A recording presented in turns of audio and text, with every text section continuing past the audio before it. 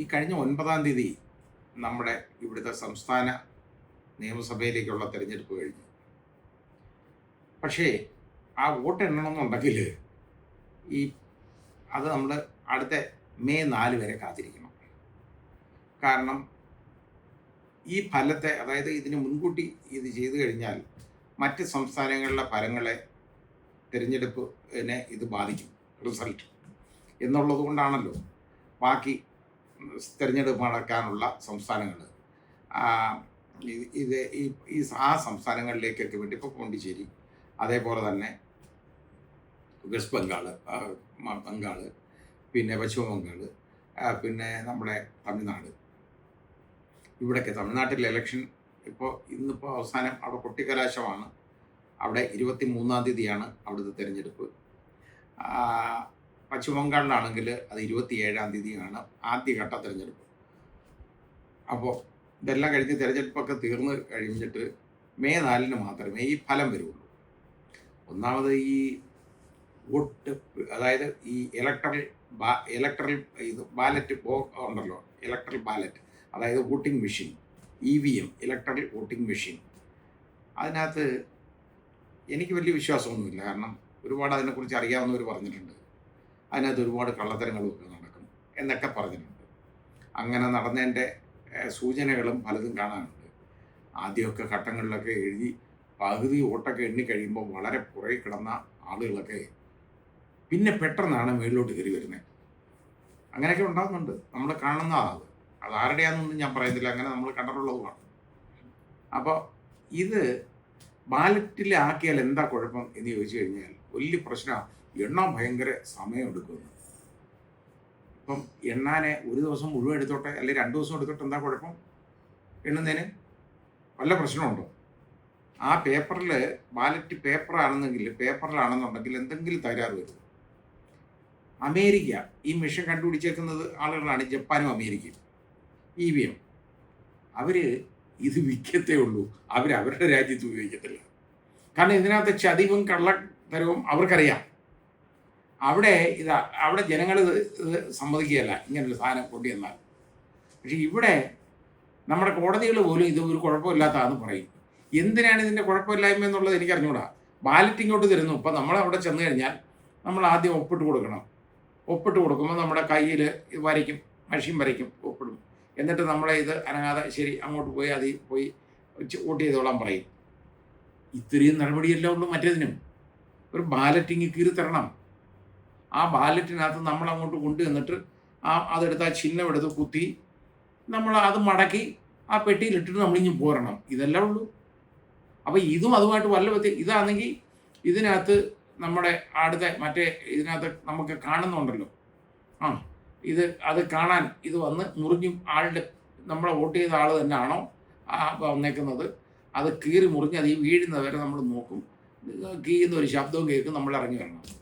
ഇത്രയും സമയം പോലും എടുക്കത്തില്ല ഒരു ബാലറ്റിന്. പിന്നെ എന്തിനാണ് ഈ ബാലറ്റ് വേണ്ടെന്ന് വെക്കുന്നത്?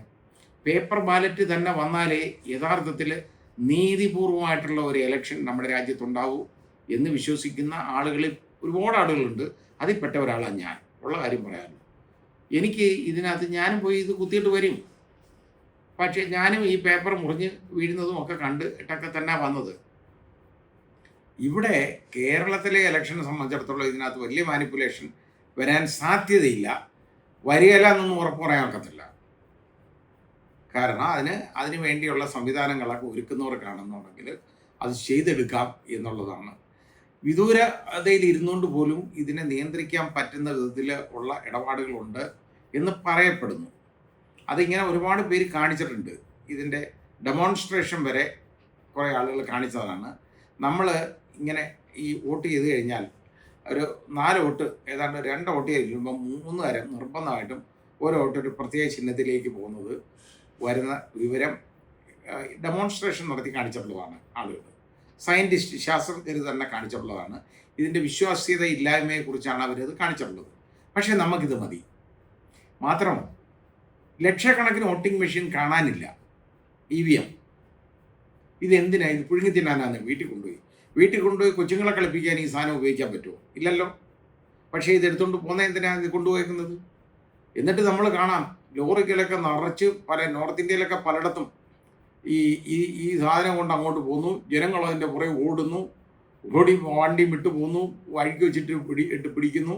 പിടിക്കുമ്പോൾ ഇത് അത് ബാലൻസ് ബാക്കി വന്ന ഇലക്ട്രിക് വോട്ടിംഗ് മെഷീൻ അവിടെ തിരിച്ചു കൊണ്ടുപോകുക എന്നാണ് പറയുന്നത്. ഇങ്ങനെയൊക്കെ സംഭവിക്കുന്ന നമുക്ക് കാണാം. അങ്ങനെയുള്ളപ്പോൾ ഈ വോട്ടിംഗ് മെഷീൻ EVM എന്ന് പറയുന്ന സാധനം ഇത് പൂട്ടി ഒരു സ്ട്രോങ് റൂമിൽ വെക്കും. ഇത് പൂട്ടി ആ സ്ട്രോങ് റൂം സീൽ ചെയ്താണ് വെക്കുന്നത്. അതോടൊപ്പം അനുബന്ധിച്ച മുറിയിൽ ഇതിൻ്റെ സാമഗ്രികൾ, ഇലക്ഷൻ്റെ സാമഗ്രികൾ ഇതും എല്ലാം അതിനകത്ത് വെക്കും. അതും യഥാർത്ഥത്തിൽ പൂട്ടി സീൽ ചെയ്ത് വേണ്ടത് തന്നെയാണ്, അല്ലാതെ വെറുതെ ഒന്നുമല്ല. ഇപ്പോൾ സംഭവിച്ചേക്കുന്ന കാര്യം, കോഴിക്കോട് ഇത് കയറി അങ്ങ് തുറന്നു. സ്ഥാനാർത്ഥികളുടെ തങ്ങാണ്ട് പറഞ്ഞ് ഇതിനകത്ത് ആരാണ്ട മുണ്ടിരിഞ്ഞു വെച്ചേക്കുന്നത്, അയാളുടെ മുണ്ട് അതിനകത്തായി പോയി എടുക്കണം എന്ന് പറഞ്ഞാൽ അതിനകത്ത് കണക്കെഴുതിയ പേപ്പറോ ഡയറിയോ എങ്ങാണ്ട് അതിനകത്തായിപ്പോയി. അതുകൊണ്ട് അത് തുറന്നെടുക്കണമെന്നും പറഞ്ഞ് പോയി അങ്ങ് തുറന്നു. അവർക്ക് മുൻകൂർ നോട്ടീസൊന്നും കൊടുത്തില്ല. സ്ഥാനാർത്ഥികൾ ഇത് അറിഞ്ഞു കേട്ടുകൊണ്ട് അവർ കുതിച്ചവിടെ എത്തി. അതെല്ലാം UDFൻ്റെ ആളുകളാണ് എത്തിയേക്കുന്നത്. അവരെ എല്ലാ സ്ഥാനാർത്ഥികളും അങ്ങ് ചെന്നിട്ട് പേരാമ്പ്ര മണ്ഡലത്തിലേക്കുള്ള അവിടെ ഉള്ള ആളാണ് പ്രിസൈഡിങ് ഓഫീസർ. ഏതാണ്ട് ഡയറിയോ അയാളുടെ ഡയറിയോ കണക്കോ, അത് ആണുങ്ങൾ എത്ര വോട്ട് ചെയ്തു, പെണ്ണുങ്ങൾ എത്ര വോട്ട് ചെയ്യുന്നതൊക്കെ കണക്കൊക്കെ ഇതിനകത്തായിപ്പോയിരുന്നു. അത് നിർബന്ധമായിട്ട് ഇലക്ഷൻ കമ്മീഷൻ കൊടുക്കാനുള്ള സമയം പോയി. അത് ഇന്നലെ കൊടുക്കണമായിരുന്നു. അതിനകത്ത് തുറന്നു കഴിഞ്ഞപ്പോൾ യഥാർത്ഥത്തിൽ കേന്ദ്രസേനയുടെ സുരക്ഷയിലാണ് ഇവിടെ ഒക്കെ ഇരിക്കേണ്ടത്. അത് ഇവർക്ക് എങ്ങനെ പോയി തുറക്കാൻ പറ്റി?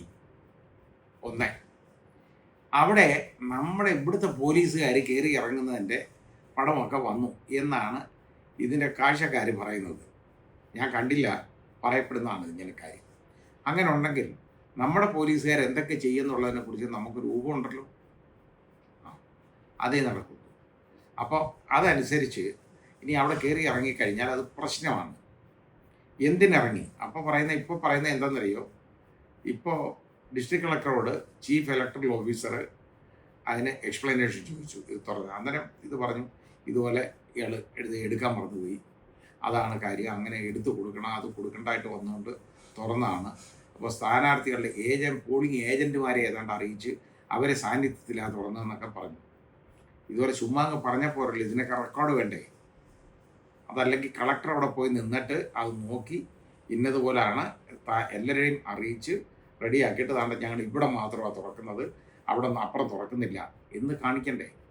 അതൊന്നുമില്ലാതെ ഇത് ചെയ്തേക്കാന്ന് പറഞ്ഞാൽ ഇത് ഏതാ തുറന്നതെന്ന് ആർക്കറിയാൻ പറ്റും? അതിനെക്കുറിച്ച് വളരെ വലിയ പരാതികൾ ഉണ്ടായിട്ടുണ്ട്. ആ പരാതികൾ ഉണ്ടായതിലും അതൊന്നും തെറ്റു പറയാൻ പറ്റത്തില്ല. ഇങ്ങനെ സ്ട്രോങ് റൂം പൂട്ടി വെച്ചേക്കുന്നത് യഥാർത്ഥത്തിൽ 4-ാം തീയതി രാവിലെ മാത്രമേ തുറക്കാൻ പാടുള്ളൂ. വോട്ടെണ്ണുന്ന ദിവസം May 4-ന് മാത്രമേ അത് രാവിലെ തുറക്കാൻ പറ്റുള്ളൂ. അതിന് പകരം ഇതല്ലാതെ കയറി തുറന്നേക്കുന്നത് പ്രശ്നം തന്നെയാണ്. ഗുരുതരമായ ചട്ടലംഘനമാണ് നടത്തിയിരിക്കുന്നത്.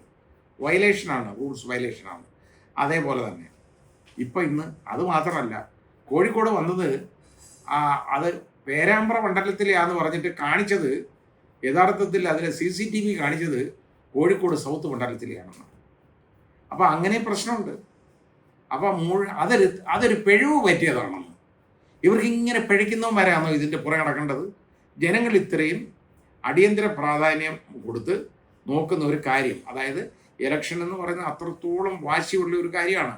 ആ വാശിയേറിയ ഇലക്ഷന് പോയി കഷ്ടപ്പെട്ട് ഇത്രയും വലിയ പൊരിവെയിലും കൊണ്ട് ചെന്ന ജനങ്ങൾക്ക് അവർക്ക് നീതിപൂർവമായിട്ട് വേണ്ട ഇതിൻ്റെ നടപടിക്രമങ്ങൾ നടക്കാൻ. അപ്പോൾ അത് നോക്കുമ്പോൾ അവർക്ക് ഇതുപോലെ ഈ ഏതാണ്ട് ഡയറി പോയി എന്ന് പറഞ്ഞ് ഇനിയിപ്പോൾ വേറെ തന്നെ മറന്നു വച്ചേക്കുന്ന ഡയറി എവിടെയെന്നറിയാം? നെന്മാറ, അത് പാലക്കാട്, അവിടെയും ഈ സംഭവം നടക്കാൻ പോവുകയാണ്.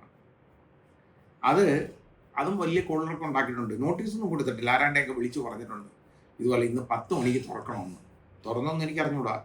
ഏതായാലും ശരി, ഇത് ഗുരുതരമായ പിഴവാണ്. എനിക്കൊരു സംശയമുള്ളൂ, ഈ പേപ്പറും അതുപോലെ ഈ ഡയറിയും സ്വന്തം ഡയറിയൊക്കെ വെച്ച് മറക്കാൻ വിധം ഉള്ള വൃത്തികെട്ട വിവരം കെട്ടവന്മാരെയാണോ ഈ ഇലക്ഷന് പ്രിസൈഡിങ് ഓഫീസേഴ്സായിട്ട് നിയമിക്കേണ്ടത്? അത് നമ്മളൊന്ന് ചിന്തിക്കേണ്ട ഒരു കാര്യമല്ലേ? പിന്നെ ഈ കളക്ടർമാർക്കൊന്നും ഇത് ഇത്രയും ബോധമില്ലേ, ഇത് നോക്കാനും കാണാനും ഒക്കെ? നിൻ്റെയൊക്കെ മുണ്ട് തുണിയും കാണാൻ അതിനകത്തുണ്ടെങ്കിൽ എല്ലാം എടുത്തുകൊണ്ട് പോയിക്കോണം, എന്നിട്ട് വേണം ഇത് റൂം സീൽ ചെയ്യാൻ എന്ന് പറയട്ടെ. അപ്പോൾ ഇത് അതിനകത്ത് വരും, എൻ്റെ അത് അവിടെ ആയിപ്പോയി, എൻ്റെ മറ്റേത് ഇതിനകത്തായിപ്പോയി, അതൊന്ന് തുറന്നെടുത്താൽ മാത്രം മതി എന്നൊക്കെ പറയാമെന്ന് പറഞ്ഞാൽ വളരെ വലിയ വിവരക്കേടാണ് ഈ കാണിക്കുന്നത്. വളരെ വളരെ വലിയ പ്രശ്നമുള്ള ഒരു കാര്യമാണ് ഇത്.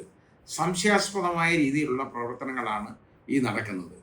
ഇതിനകത്ത് എന്തെങ്കിലും മാനിപ്പുലേഷൻസ് വരുത്താൻ വേണ്ടിയാണോ എന്ന് ഇവർ സംശയിച്ചാൽ അതിന് കുറ്റം പറയാക്കത്തില്ല. കാരണം കേന്ദ്രസേനയുടെ കാവലിലുള്ള സ്ഥലത്ത് നമ്മുടെ പോലീസുകാർ ഉൾപ്പെടെയുള്ള ആളുകൾ കയറി ഇറങ്ങാനത് മുറി തുറന്നിട്ട്, എന്നിട്ട് പറയുക ഞങ്ങൾ മറ്റേ ഏജൻറ്റന്മാരെയൊക്കെ വിളിച്ച് പറഞ്ഞിരുന്നു എന്നൊക്കെ. ഇതൊക്കെയാണോ വേണ്ടത്? ഇതൊന്നും നടപടിക്രമങ്ങൾ ശരിയല്ല ഈ കാണിക്കുന്നതൊന്നും. ഇതൊക്കെ വയലേഷനാണ്, റൂൾസ് വയലേഷൻ. അതിന് നടപടി വേണം ഇതിങ്ങനെ ചെയ്യുന്നവന്മാരുടെ പേരിൽ. അതാണ് ചെയ്യേണ്ടത്. ഇനി പേരാമ്പ്ര മണ്ഡലം എന്ന് പറയുന്നത് വളരെ വളരെ വാശിയേറിയ മത്സരം, വളരെ ഇമ്പോർട്ടൻ്റ് ആയിട്ടുള്ളൊരു മത്സരം നടക്കുന്ന ഒരു മണ്ഡലമാണ്. ഒരുപാട് പേര് നോക്കിയിരിക്കുന്ന ഒരു മണ്ഡലമാണ്. അപ്പോൾ അവിടെ അതുപോലുള്ള സ്ഥലത്തൊക്കെയാണ് ഈ പണികൾ കാണിച്ചു വെക്കുന്നത്.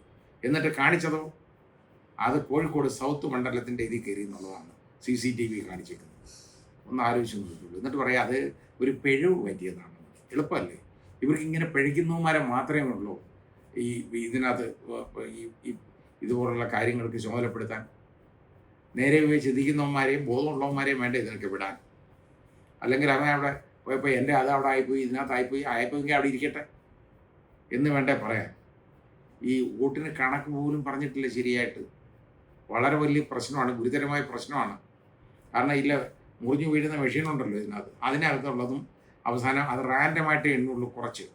അതും ഈ പൊടി തേക്കുന്ന ഇതും കൂടെ EVMൻ്റെ കണക്കും കൂടെ നോക്കുമ്പോൾ, തട്ടിച്ച് നോക്കുമ്പോൾ വ്യത്യാസം ഉണ്ടെങ്കിൽ പ്രശ്നമാണ്. അതൊക്കെ ഉണ്ട്. അതിനി നമുക്ക് കാത്തിരുന്ന് കാണാം എന്താ സംഭവിക്കുന്നത്. ഇതിൻ്റെ വിവരം അറിയണമെങ്കിൽ May 4 വരെ ക്ഷമിച്ചേ മാർഗമുള്ളൂ, വേറെ മാർഗം.